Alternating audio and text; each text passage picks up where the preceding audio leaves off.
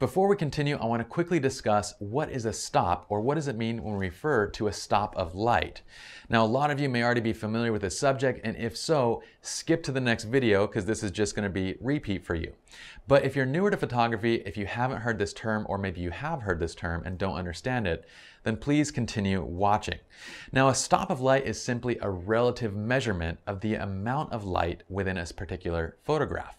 Why do we say relative? Well, because we don't exactly know, we have no measurement of saying exactly how bright a particular photograph is. There's no number that can go, oh, that photograph is a 77. Well, what does that actually mean?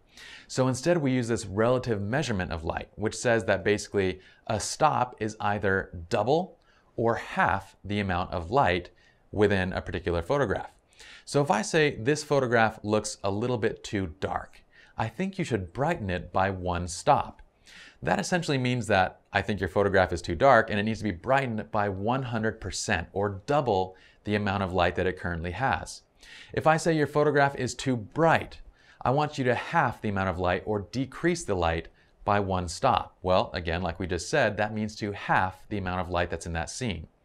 If I say 2 stops, well, that gets a little bit confusing because 2 stops doesn't necessarily mean 200%. It actually means to double it and then to double it again. So basically, if your brightness is at this level, when you double it, that's 2 times, and when you double it again, this is actually 4 times the amount of light as the original image. It's actually, I think, backwards because you guys are on the other side. So here's our original image. At 2 stops, we're 400% brighter than this darker image. Now, vice versa, if I say this image is too bright, I want you to darken it by 2 stops. That means that you're cutting the brightness in half once. So here's our bright image. We're going in half to 50% brightness, taking the second one and going in half again, another 50%.